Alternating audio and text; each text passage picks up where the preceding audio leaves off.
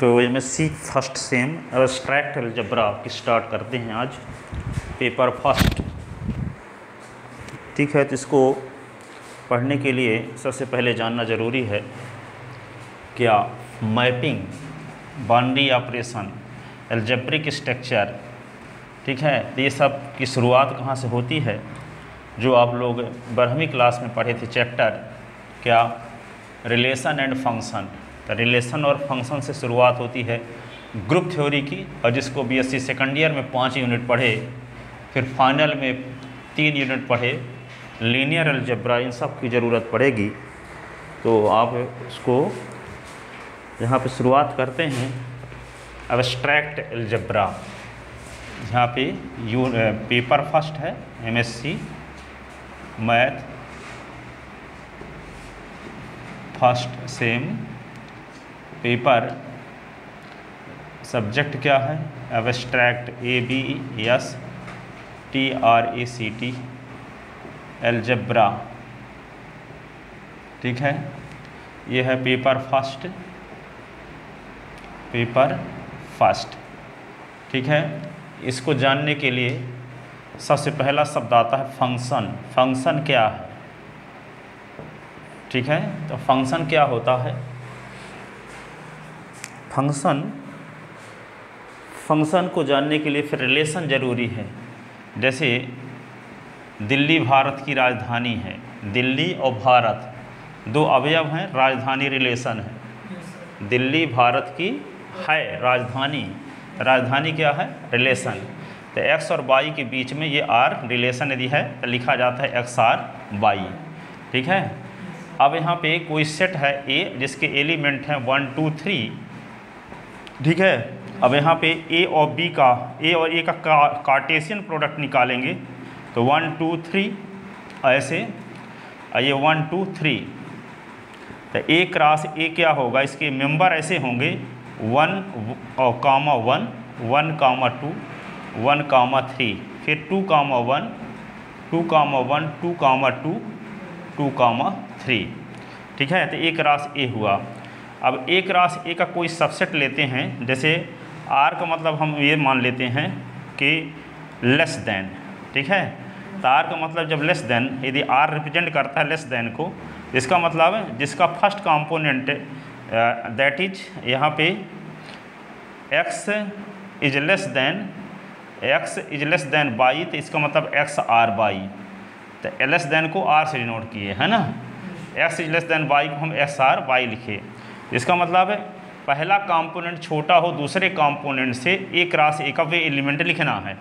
तो A cross A का ऐसा एलिमेंट किस में कंटेन होगा? R बराबर कौन सा एलिमेंट होगा जिसका पहला कंपोनेंट छोटा हो दूसरे कंपोनेंट, जैसे 1 2 छोटा है ना पहला कंपोनेंट, फिर क्या है 1 3, फिर 2 1 नहीं होगा, 2 2 भी नहीं होगा, 2 3 होगा, पहला कंपोनेंट छोटा है दूसरे से, तो ये R हो गया है ना।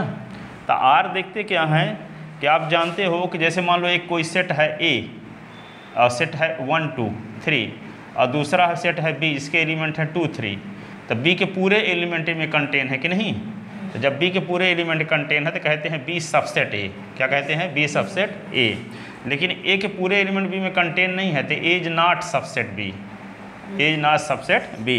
तो देखते हैं R के पूरे एलिमेंट A क्रॉस A में कंटेन है कि नहीं? 1 2 वह है इसमें, 1 3 भी इसमें है, 2 3 भी इसमें है। ठीक है, तो R क्या है? सबसेट है। तो R सबसेट है किसका? A into A cross A इसको पढ़ते हैं है ना। तो R सबसेट है A क्रॉस A का।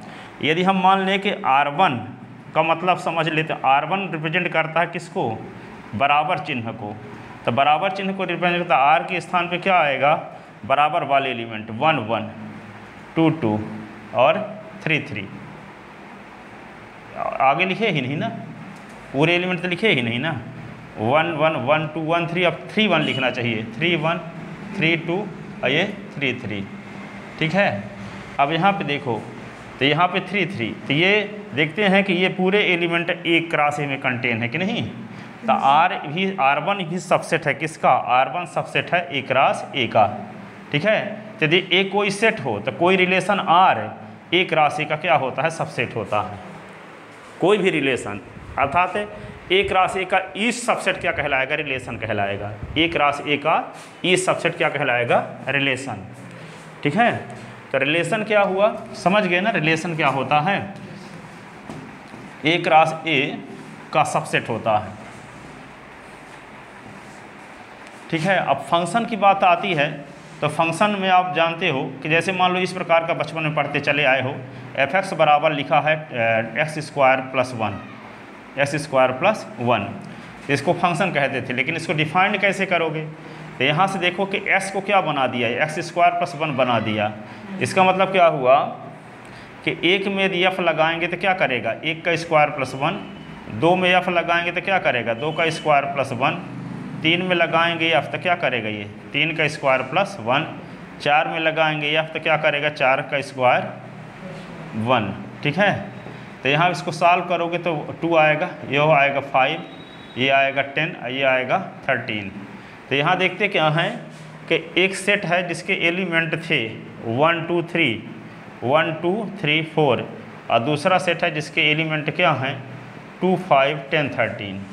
ठीक है, तो ये एक ऐसा रिलेशन जिसके माध्यम से सेट ए के सभी एलिमेंट सेट बी के यूनिक एलिमेंट से रिलेटेड हैं, उस रिलेशन को हम फंक्शन कहते हैं। एक ऐसा रिलेशन जिसके माध्यम से सेट ए के सभी एलिमेंट सेट बी के यूनिक एलिमेंट से रिलेटेड हों, तब ए और बी के बीच लगने वाले ऐसे रिलेशन को क्या बोलते हैं? फंक्शन। ऐसे रिलेशन क्या बोलेंगे? फंक्शन। रिलेशन बोलो, चाहे नियम भी बोल सकते हैं, रूल भी बोल सकते हैं। ठीक है, तो ए और बी दो नॉन एम्प्टी सेट हों तब एक ऐसा रूल। अब यहाँ पे देखो, फंक्शन के लिए ए के सभी एलिमेंट रिलेटेड होने चाहिए बी के किसी न किसी एलिमेंट से। जैसे मान लो ए है, ये बी है, और इसके एलिमेंट हैं क्या? x1 x2 x3 x3 x4, ये क्या है? y1 y2 y3 y4। ठीक है, तो ये इससे रिलेटेड है, ये इससे रिलेटेड है, ये इससे रिलेटेड है, ये इससे रिलेटेड है। ठीक है, तो या मान लो ऐसे है, इस प्रकार कंडीशन है। इसका एलिमेंट क्या है? इसमें इतने एलिमेंट है, मान लो इसके पूरे एलिमेंट रिलेटेड हो गए, इसका एलिमेंट बच गया, इसका कोई एलिमेंट बच गया। अर्थात सेट ए का कोई एलिमेंट ऐसा है जो सेट बी के किसी एलिमेंट से रिलेटेड नहीं है, तो इस नियम एफ को हम फंक्शन नहीं कहेंगे। फंक्शन कब कहेंगे? जब सेट ए के हर एक एलिमेंट रिलेटेड हो, लेकिन बी का बच सकता है लेकिन ए का नहीं बचना चाहिए। ठीक है, जैसे मान लो यहाँ पे क्या है? ए है और बी है। ठीक है, और ए और तक एग्जाम्पल है समझाए थे। ठीक है, तो यहाँ पे जैसे मान लो A1 A2 A3 और A4 है, और ये क्या है? B1 है, B2 है, B3 है, B4 है। ठीक है, तो ये इससे रिलेटेड है, ये इससे रिलेटेड है, और ये इससे रिलेटेड है, और ये इससे रिलेटेड, इसका एक एलिमेंट बच गया। ठीक है, तो हम ये डेफिनेशन क्या है कि एक ऐसा रूल जिसके माध्यम से सेट ए के सभी एलिमेंट सेट बी के यूनिक एलिमेंट से रिलेटेड हों। तो यहाँ पे हर एक एलिमेंट का एक ही स्थान पर इमेज बन रहा है, लेकिन इसका एलिमेंट सब संबंधित है, इसका एलिमेंट बच गया है। तो पहले सेट के सभी एलिमेंट संबंधित होने चाहिए, तभी वे रूल फंक्शन हो सकता है। जैसे यहाँ पे ये फंक्शन नहीं है, क्योंकि सेट ए का एक एलिमेंट बच गया, बी के किसी एलिमेंट से रिलेटेड नहीं है। तो इस फंक्शन को हम क्या कहेंगे? इस रूल को फंक्शन नहीं कहेंगे, उस रूल को फंक्शन कहेंगे जिसके माध्यम से सेट ए के सभी एलिमेंट सेट बी के यूनिक एलिमेंट से रिलेटेड हों। ठीक है, जैसे यूनिक का मतलब क्या होता है? ऐसा ना हो, जैसे मान लो यहाँ पे सेट ए है, सेट बी है, इसका एलिमेंट क्या आ गया? x1 हो गया, x2 हो गया, और यहाँ पे क्या हो गया? y1 है, y2 है, y3 है। तो ये इससे रिलेटेड है, इससे रिलेटेड है, ये इससे रिलेटेड है। यहाँ देखते हैं कि सेट ए के सभी एलिमेंट्स रिलेटेड तो हैं, लेकिन S1 का यूनिक इमेज नहीं बन रहा है। यूनिक इमेज बनना जरूरी है। यूनिक का मतलब ये होगा एक एलिमेंट का एक ही स्थान पर इमेज बनना चाहिए, प्रतिबिंब बनना चाहिए, लेकिन S1 का 2 स्थानों पर इमेज बन रहा है। ठीक है, इसलिए ये रूल फंक्शन नहीं है। फंक्शन, कोई रूल फंक्शन कब होगा? जब सेट ए के हर एक एलिमेंट का बी में यूनिक इमेज बने, एक ही इमेज बने, एक से अधिक इमेज ना बने। पर इधर का हो सकता है कि इधर का 4-6 एलिमेंट का एक इमेज बन जाए।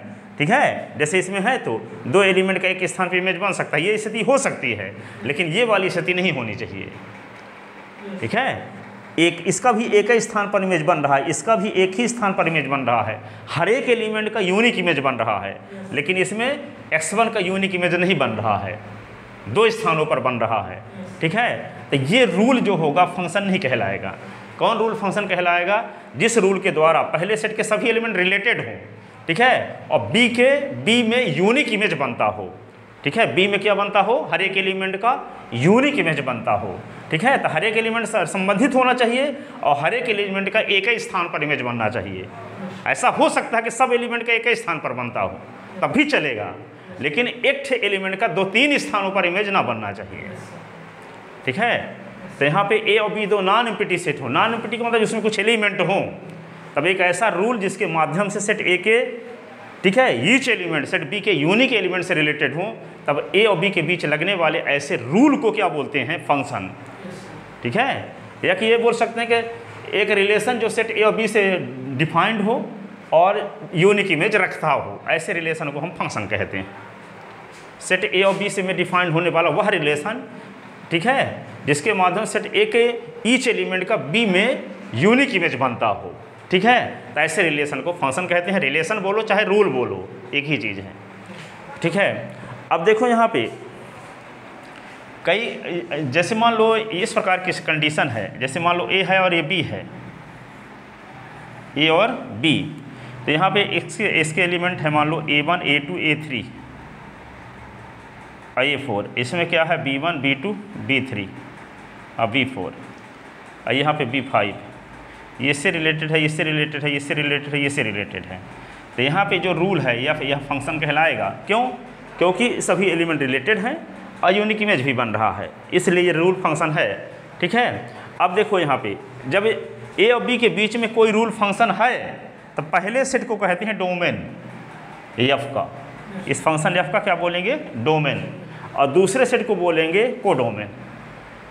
तो कोडोमेन के एलिमेंट क्या क्या है, B1 B2 B3 B4 B5। और रेंज कौन कहलाएगा, कोडोमेन के उन एलिमेंट का कलेक्शन जो डोमेन के किसी न किसी एलिमेंट से रिलेटेड है। ठीक है, ये रेंज का एलिमेंट नहीं है B5, कोडोमेन का है।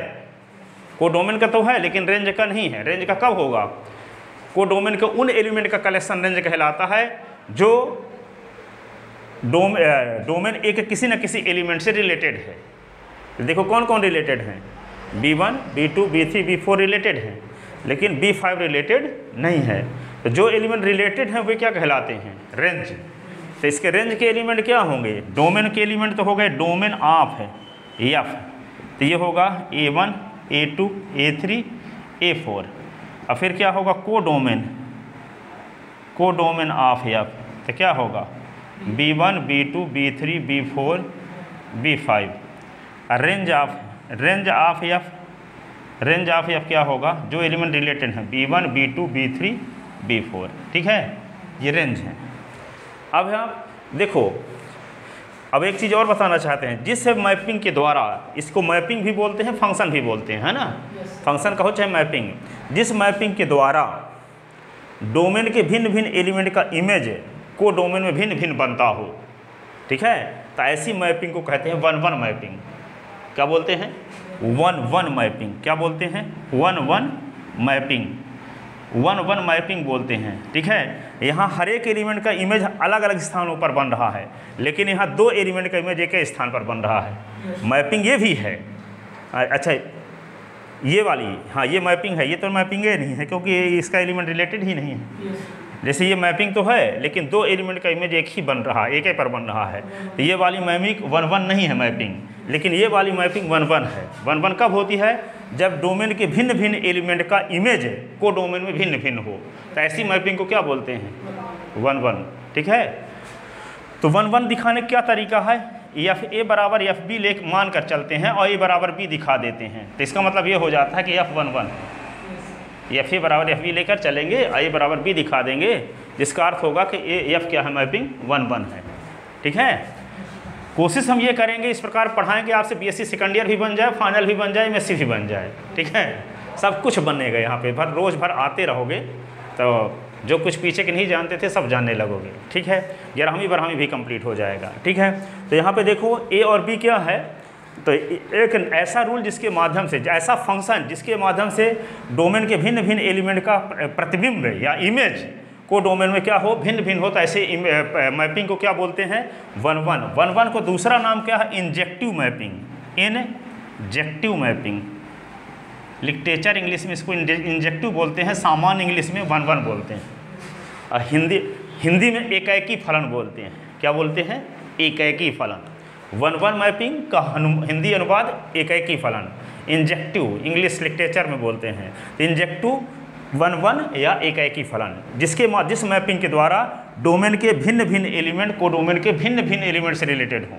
ठीक है, ऐसी मैपिंग को हम क्या बोलते हैं? 1-1 मैपिंग बोलते हैं। ठीक है, अब यहाँ पे ऐसी भी मैपिंग होती है कि जिसके माध्यम से, जैसे मान लो यहाँ ये भी 1-1 मैपिंग है कि नहीं है। अब यहाँ देखते हैं कि कोडोमेन का कोई एलिमेंट बचा नहीं है, इसमें कोडोमेन का एक एलिमेंट बच गया, तो जिसमें बचा नहीं है तो उसको कहते हैं आच्छादक फलन, या इंग्लिश में ऑनटू मैपिंग बोलते हैं। क्या बोलते हैं? ऑनटू या आच्छादक। ठीक है, हिंदी में, और इंग्लिश में सर्जेक्टिव कहते हैं, लिटरेचर में सर्जेक्टिव मैपिंग, सर्जेक्टिव मैपिंग। ठीक है, तो सर्जेक्टिव मैपिंग का मतलब ये होता है कि कोडोमेन का हर एक एलिमेंट संबंधित हो डोमेन के किसी न किसी एलिमेंट से, या दूसरे शब्दों में ये बोल सकते हैं कि जो कोडोमेन है वही रेंज है। कोडोमेन के एलिमेंट कौन कौन है? क्या बोलोगे? 2, 5, 10, 13। पर रेंज के एलिमेंट क्या हैं? तो सब एलिमेंट रिलेटेड भी हैं, तो यही रेंज में भी होंगे। तो कोडोमेन रेंज समान समुच्चय यदि आ गया, इक्वल सेट यदि आ गया, ऐसी कंडीशन में हुए मैपिंग क्या कहलाती है? Onto mapping. इसका मतलब ये हुआ कोडोमेन का एलिमेंट कोई अब बचा नहीं है जो डोमेन के किसी न किसी एलिमेंट से रिलेटेड ना हो, है ना, अर्थात सब एलिमेंट रिलेटेड हैं। तो ऐसी मैपिंग को क्या बोलते हैं? ऑनटू। ठीक है, ऑनटू मैपिंग दिखाने का क्या तरीका है? कोडोमेन का कोई आर्बिट्रेरी एलिमेंट मानकर चलते हैं, उसके संगत डोमेन में एक एलिमेंट मिल जाता है, जिसमें एफ लगाते हैं तो वे एलिमेंट आता है जो हम माने हैं। इसका अर्थ ये होता है कि कोडोमेन का हर एक एलिमेंट डोमेन के किसी न किसी एलिमेंट से संबंधित है। ठीक है, इसका मतलब कोडोमेन का हर एक एलिमेंट जब संबंधित है डोमेन किसी न किसी एलिमेंट से, इसका मतलब कोडोमेन का कोई एलिमेंट बचा नहीं है। और जब कोई एलिमेंट बचा नहीं है तो क्या होगा? ऑनटू, आच्छादक फलन होगा, सर्जेक्टिव मैपिंग होगी, है ना, ऑनटू या सर्जेक्टिव। ठीक है, तो यहाँ पे जो मैपिंग 1-1 भी हो, ऑनटू भी हो, ऐसी मैपिंग को कहते हैं बाइजेक्टिव मैपिंग। क्या बोलते हैं? बाइजेक्टिव, एकाएकी आच्छादक, एकाएकी भी हो और आच्छादक भी हो, तो उसको क्या बोलते हैं? एकाएकी आच्छादक। इंग्लिश में दूसरा नाम पड़ जाता है। इसको तो बोलते थे वैसे 1-1 मैपिंग, इसको बोलते हैं ऑनटू मैपिंग। जो कि 1-1 ऑनटू दोनों हो उसको कहते हैं बाइजेक्टिव मैपिंग। क्या कहते हैं? बाइजेक्टिव। 1-1 भी है और ऑनटू भी है, 1-1 भी है और ऑनटू। ठीक है, तो यहाँ पे इसकी ज़्यादा ज़रूरत पड़ती है 1-1 ऑनटू की। पूरी ग्रुप थ्योरी में 1-1 ऑनटू की ज़रूरत पड़ती है। ठीक है, तो 1-1 की मीनिंग क्या है? 1-1 का मतलब है कि भिन्न भिन्न एलिमेंट का इमेज भिन्न भिन्न हो। ठीक है, और ऑनटू का मतलब कोडोमेन का हर एक एलिमेंट संबंधित हो। इसका मतलब कोडोमेन रेंज के बराबर हो, कोडोमेन रेंज के बराबर है तो ऑनटू होगा। ठीक है, और भिन्न भिन्न एलिमेंट का इमेज भिन्न भिन्न है, अर्थात एफ ए बराबर एफ बी लेकर चले तो ए बराबर बी। इसका मतलब यदि ए और बी भिन्न भिन्न है तो उसका इमेज भी भिन्न भिन्न होगा। यदि दो अवयव का इमेज बराबर मान लेते हैं तो वे अवयव भी बराबर हैं। इसका मतलब डिफरेंट एलिमेंट होते तो इमेज डिफरेंट होता। ठीक है, डिफरेंट एलिमेंट का इमेज डिफरेंट। ठीक है, तो यहाँ पे ये है 1-1 और ऑनटू। ठीक है, अब मैपिंग तो समझ गए आप अच्छे से। ठीक है, अब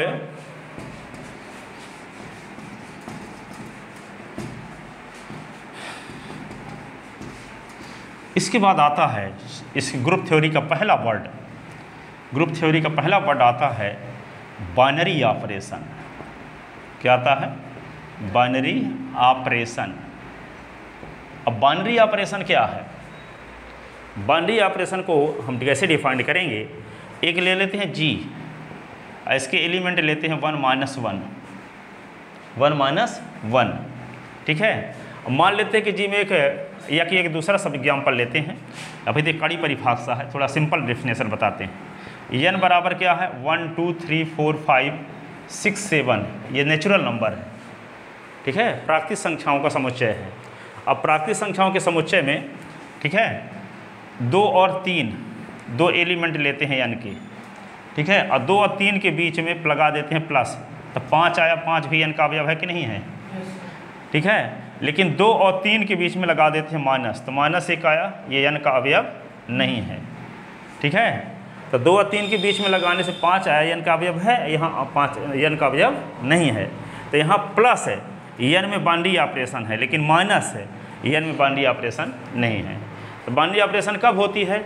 कि हम एन के कोई भी 2 एलिमेंट लें और उनमें लगाएं हुए ऑपरेशन, जिसको हम कहना चाहते बाइनरी ऑपरेशन है कि नहीं, तो कोई ऑपरेशन लगाएं, लगाने के पश्चात जो रिजल्ट आए वह भी यदि एन का एलिमेंट है तो वे ऑपरेशन को बाउंड्री ऑपरेशन कहेंगे।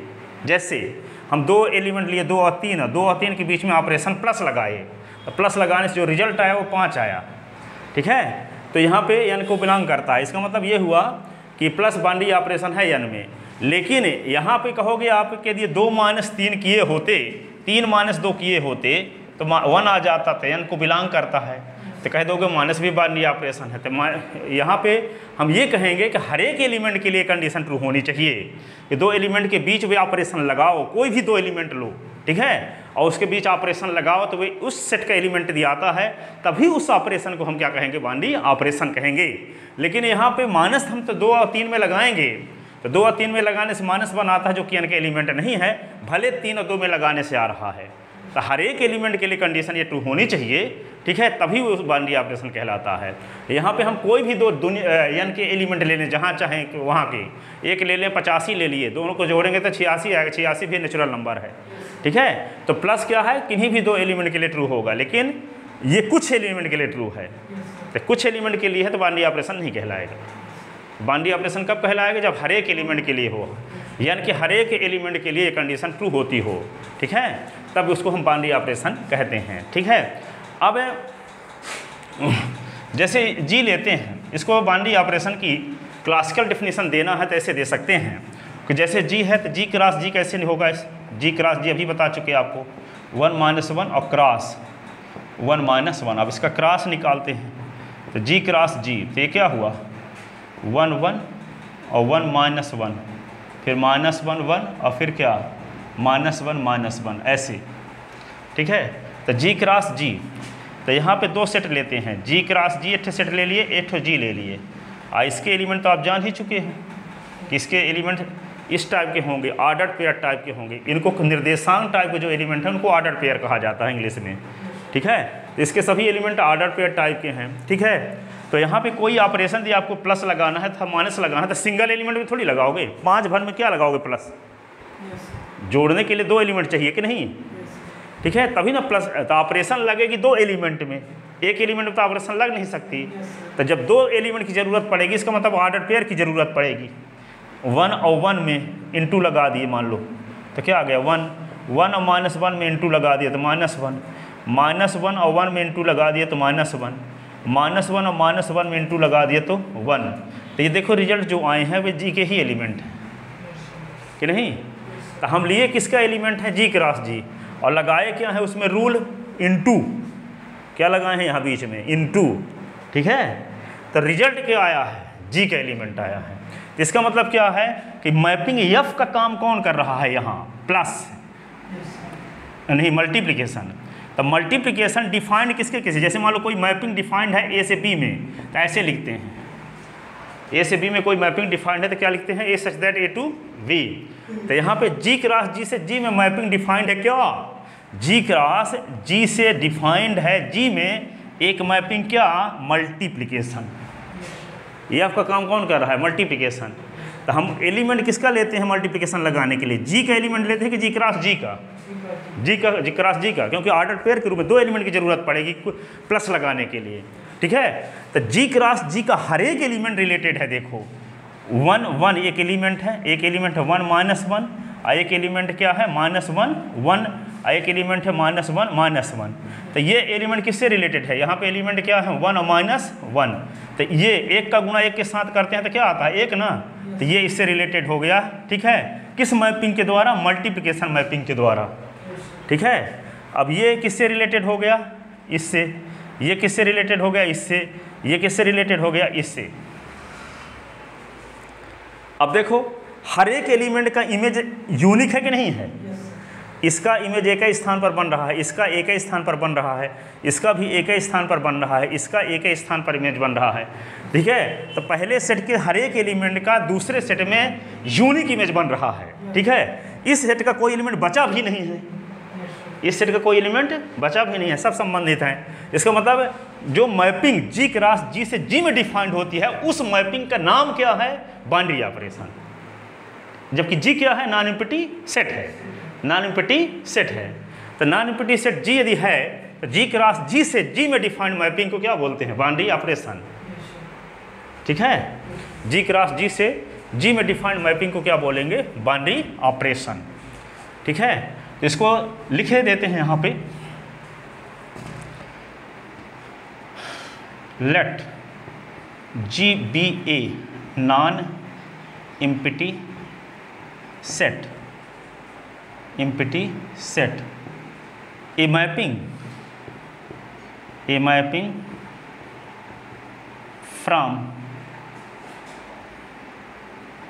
from G cross G to G is called, a mapping from G cross G to G is called binary operation, binary operation. ठीक है, अब इसको इस बात की स्पष्टीकरण यहाँ दिया गया है एग्जाम्पल की मदद से, ये सब लिख भी लो। ठीक है, आर ऐसे भी लिख सकते हो, let G be a non empty set, non empty set and star be a operation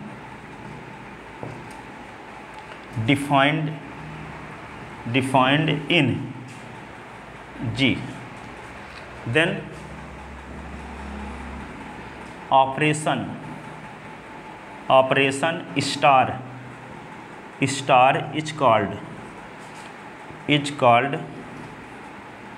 binary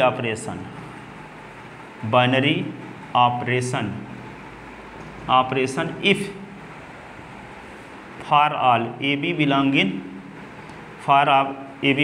G तो implies a star b belong in G, a star b belong in G, यानी ए और B के कोई भी दो element लें तो ए और बी का स्टार लगाएं तो जो रिजल्ट आए वो किसको बिलोंग करे?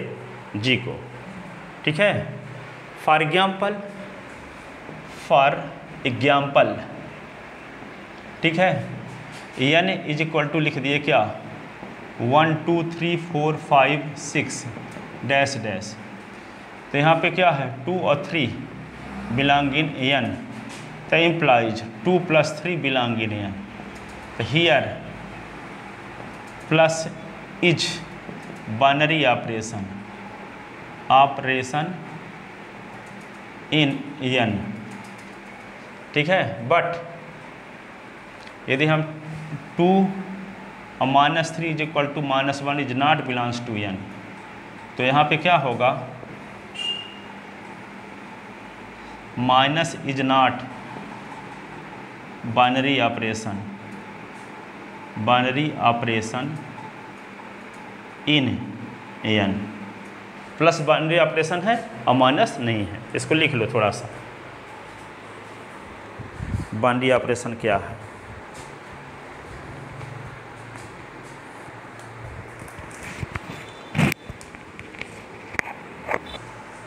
एल्जेब्रिक स्ट्रक्चर को कैसे डिफाइंड करेंगे? जैसे आपको इस बात का पता चल गया कि बाइनरी ऑपरेशन स्टार है G में, है ना, तो कोई भी नॉन एम्प्टी सेट उसमें डिफाइंड बाइनरी ऑपरेशन के साथ एल्जेब्रिक स्ट्रक्चर कहलाता है। इसका मतलब ये हुआ कि जैसे आपको दिखाए अभी कि नेचुरल नंबर के सेट में 1 2 3 4 5 6 है, तो यहाँ पे डैश डैश आगे लगा है, इसका मतलब सभी हैं शामिल हैं इसमें। तो यहाँ पे देखते हैं 2 और 3 बिलोंग इन n ले लिए, तो 2 + 3 बिलोंग इन n, तो यहाँ पे प्लस बाइनरी ऑपरेशन है, तो जब प्लस बाइनरी ऑपरेशन है तो प्लस और n को एक साथ लिख दो ब्रैकेट में कामा लगा के, तो इसको क्या बोलेंगे? Algebraic structure. तो कोई नॉन एम्प्टी सेट उसमें डिफाइंड बाइनरी ऑपरेशन के साथ एल्जेब्रिक स्ट्रक्चर कहलाता है। कोई नॉन एम्प्टी सेट, मान लो G नॉन एम्प्टी सेट है, इसमें डिफाइंड बाइनरी ऑपरेशन स्टार है, तो ये क्या कहलाएगा? Algebraic structure. यदि यहाँ पे n है, इसमें डिफाइंड बाइनरी ऑपरेशन मल्टीप्लिकेशन है, तो ये क्या कहलाएगा? Algebraic structure.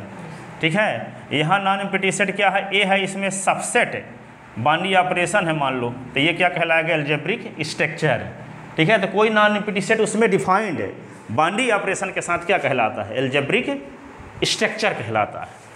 कोई नॉन एम्प्टी सेट उसमें डिफाइंड बाइनरी ऑपरेशन के साथ क्या कहलाता है? एल्जेब्रिक स्ट्रक्चर कहलाता है। तो क्या लिखोगे? एनी नॉन एम्प्टी सेट लिखो algebraic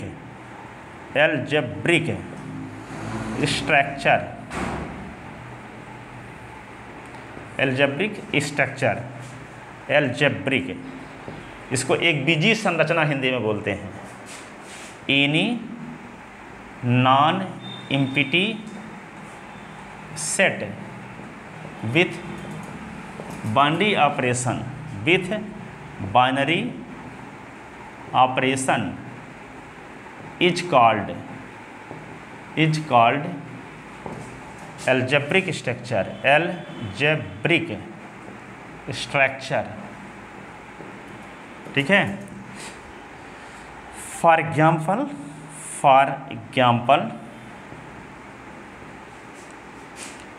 plus is binary operation in set of natural number n। ठीक है। देन n लिख दिए, कामा लगा दिए और प्लस लिख दिया, bracket, is called algebraic structure, algebraic structure. Then n plus is called algebraic structure. ठीक है, ये एल्जेब्रिक स्ट्रक्चर हो गया। ठीक है।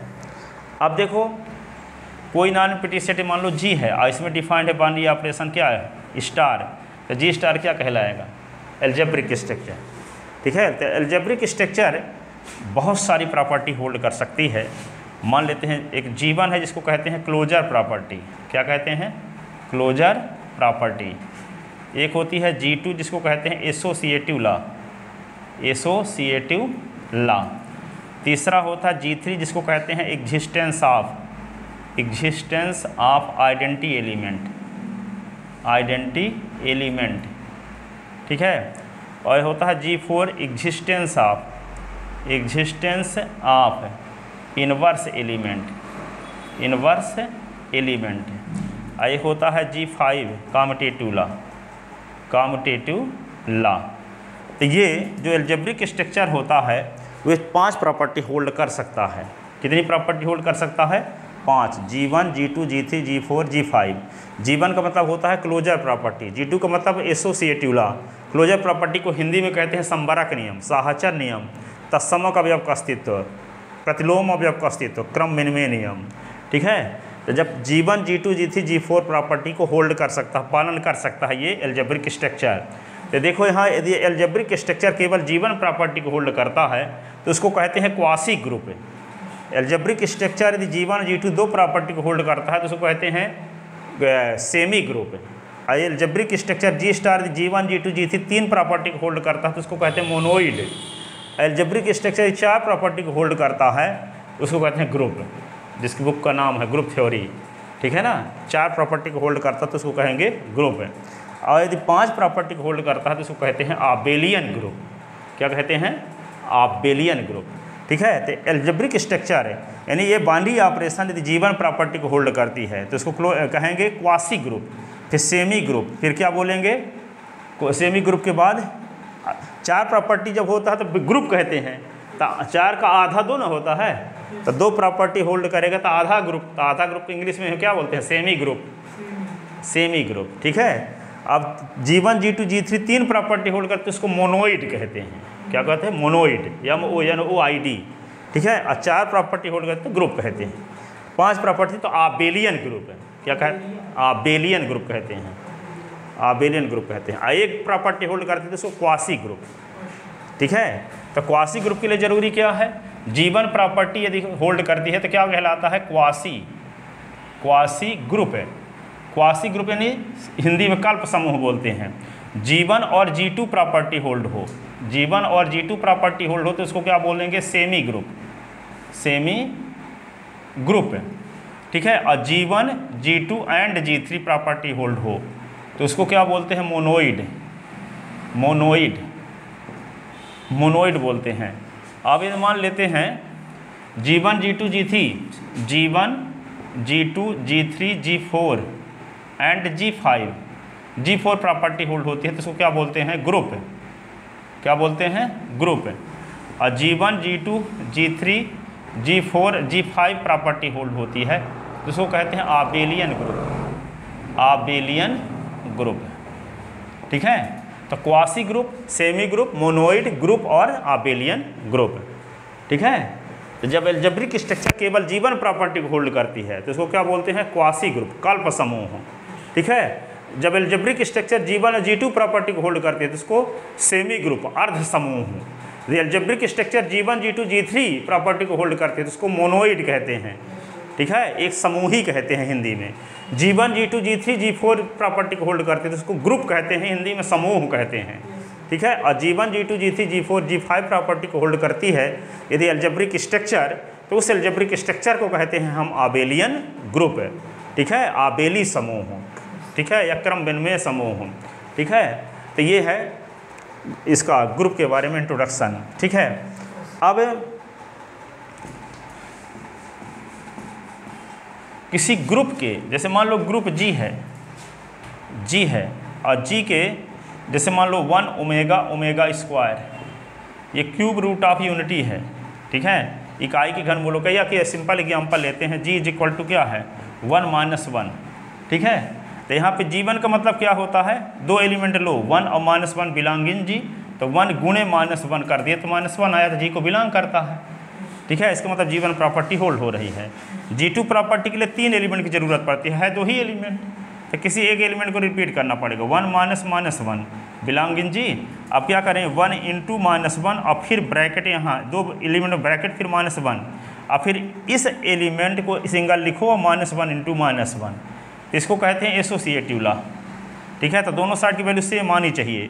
तो 1 का गुणा -1 के साथ तो -1 ना आएगा, और ये -1 और यहाँ पे 1 है, और -1 का गुणा -1 के साथ 1 है, और यहाँ -1 का गुणा -1 के साथ 1 बराबर 1 है, ठीक है। तो इसकी वैल्यू सेम आती हो, इसका मतलब ये हुआ कि A star B star C की वैल्यू किसके बराबर हो? A star B star C के बराबर हो, तब कहेंगे कि स्टार एसोसिएटिव लॉ को होल्ड कर रहा है, ठीक है। तो वहाँ 3 एलिमेंट की ज़रूरत पड़ती है, 3 एलिमेंट नहीं है तो हम एक एलिमेंट को रिपीट कर लिए, चाहे इसको रिपीट कर लो चाहे इसको, ठीक है। अब तो ये इसका मतलब एसोसिएटिव लॉ होल्ड हो रहा है क्योंकि इसकी वैल्यू सेम आ रही है। फिर तीसरी प्रॉपर्टी है कि इसमें आइडेंटिटी एलिमेंट कोई है कि नहीं है। तो आइडेंटिटी एलिमेंट किसको कहते हैं? आइडेंटिटी एलिमेंट किसको कहते हैं? ऐसा एलिमेंट जो G के सभी एलिमेंट में, जैसे मान लो G के एलिमेंट कौन कौन है इसमें? 1 और -1 ना, तो 1 - 1 में कौन एलिमेंट का गुणा करने से इन एलिमेंट में कोई फर्क ना पड़ेगा? 1 का। तो 1 का मल्टीप्लाई करने से इन एलिमेंट में कोई फर्क नहीं पड़ेगा, तो इस विशेष एलिमेंट को कहते हैं आइडेंटिटी एलिमेंट। क्या बोलते हैं? Identity element. तो G में एक ऐसा एलिमेंट होना चाहिए कि G के सारे एलिमेंट और वह एलिमेंट के बीच ऑपरेशन लगाएं तो उन एलिमेंट में कोई फर्क ना पड़े, तो उस विशेष एलिमेंट को कहते हैं आइडेंटिटी एलिमेंट, ठीक है। G में एक ऐसा एलिमेंट ऐसा हो कि वह एलिमेंट G के सारे एलिमेंट के बीच में ऑपरेशन लगाएं, बाउंड्री ऑपरेशन, तो उन एलिमेंट में कोई फर्क ना पड़ता हो, तो उस पर्टिकुलर एलिमेंट को कहते हैं आइडेंटिटी एलिमेंट। जैसे यहाँ पे G में एक एलिमेंट 1 ऐसा था तो 1 का गुणा इन दोनों के साथ किए तो उन दोनों एलिमेंट में कोई फर्क नहीं पड़ा। देखो 1 और -1 दोनों के साथ 1 का मल्टीप्लाई किए तो इन दोनों एलिमेंट में कोई फर्क नहीं पड़ा, 1 - 1 आ गया, तो ये 1 कहलाएगा आइडेंटिटी एलिमेंट, ठीक है। तो इसका मतलब इसमें आइडेंटिटी एलिमेंट का एग्जिस्टेंस है कि नहीं है, अर्थात G3 प्रॉपर्टी होल्ड हो रही है। G4 का मतलब हर एक एलिमेंट का इनवर्स एलिमेंट होना चाहिए।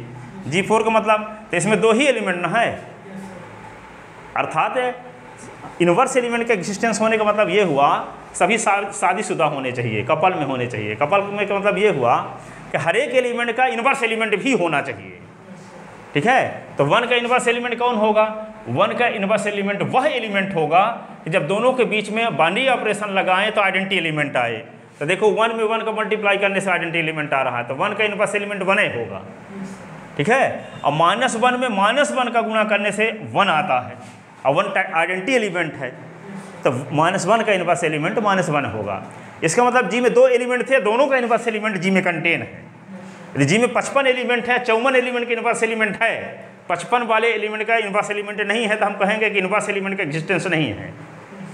इसका मतलब जी में जितने एलिमेंट हैं हर एक एलिमेंट का जो इनवर्स एलिमेंट हो उसी में कंटेन हो, उसी सेट में कंटेन हो। एक ऐसा एलिमेंट नहीं होना चाहिए जिसका इनवर्स एलिमेंट उस सेट में ना कंटेन हो। ठीक है, जब सब एलिमेंट का इनवर्स एलिमेंट होता है तभी हम कहते हैं existence of inverse element, G4 property जिसको कहते हैं, तब कहते हैं G4 प्रॉपर्टी होल्ड हो रही है। ठीक है ना। तो यहाँ पे क्या है, ये जो सेट लिए थे इसमें हर एक एलिमेंट का इनवर्स एलिमेंट इसमें कंटेन है। अब इनवर्स एलिमेंट की डेफिनेशन क्या है, किसी एलिमेंट का इनवर्स एलिमेंट वह एलिमेंट होता है कि जब दोनों के बीच में बाइनरी ऑपरेशन लगाएं तो आइडेंटिटी एलिमेंट आना चाहिए। तो 1 में किसका मल्टीप्लाई करें कि आइडेंटिटी एलिमेंट आ जाए, तो 1 का, तो 1 का इनवर्स एलिमेंट 1। -1 में किसका मल्टीप्लाई करेंगे आइडेंटिटी एलिमेंट 1 आ जाए, -1 का, तो -1 का इनवर्स एलिमेंट -1। ठीक है, इसमें प्रत्येक अवयव खुद का इनवर्स है, 1 का इनवर्स 1, -1 का -1। ठीक है, पर 2 एलिमेंट हैं तो दोनों का इनवर्स एलिमेंट भी इसी में कंटेन है, बाहर नहीं है। ठीक है, तब कहेंगे कि एग्जिस्टेंस ऑफ इनवर्स एलिमेंट। इस प्रकार बाइनरी ऑपरेशन यहाँ पे 4 प्रॉपर्टी को होल्ड कर दी। क्लोजर प्रॉपर्टी भी होल्ड हो रही है, एसोसिएटिव लॉ भी होल्ड हो रहा है, आइडेंटिटी एलिमेंट का एग्जिस्टेंस भी है, ईच एलिमेंट के इनवर्स एलिमेंट का भी एग्जिस्टेंस है। अब क्या आता है, commutative law, commutative G5 property. तो G5 प्रॉपर्टी 1 का गुणा -1 के साथ करो चाहे -1 का गुणा 1 के साथ करो, दोनों कंडीशन में वैल्यू सेम आएगी। कहोगे ये तो हमेशा होगा, तो हम कहेंगे कहाँ होता है, AB गुणे B, AB is not equal to BA। आप व्यू का गुणा कम्यूटेटिव लॉ को होल्ड करता है क्या, आप व्यू का मल्टीप्लाई करो तो AB का वैल्यू B के बराबर नहीं होती। ब्रह्मी क्लास में पढ़े हो ना, तो ये नहीं कह सकते कि हमेशा यूनिवर्सल ट्रूथ है, चाहे A का गुणा B के साथ करें चाहे B का गुणा A के साथ करेंगे समान ही आएगा। वे 5वीं 8वीं तक जानते थे, क्योंकि आज आप भी तो देखे नहीं थे।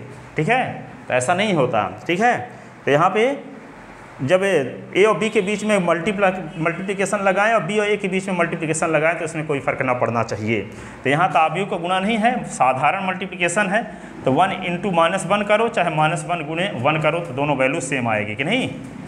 इसका मतलब यहाँ पे बाइनरी ऑपरेशन मल्टीप्लिकेशन G में कम्यूटेटिव लॉ को भी होल्ड करती है।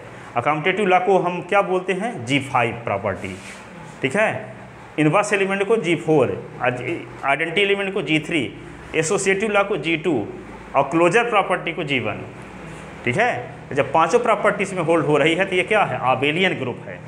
यदि एक ही प्रॉपर्टी होल्ड हुई होती तो क्या कहते, क्वासी ग्रुप।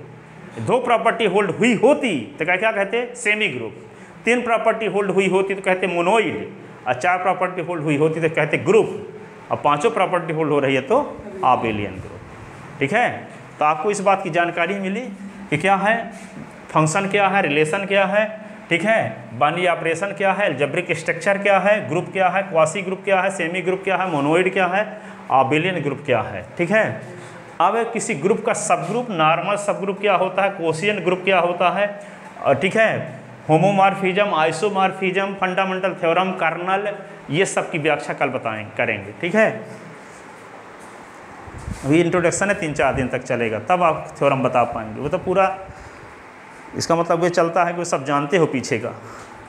आप लोग कोरोना के चलते पीछे का मैथ नहीं पढ़े हो, first year second year final अच्छे से, और उन सब की ज़रूरत है यहाँ।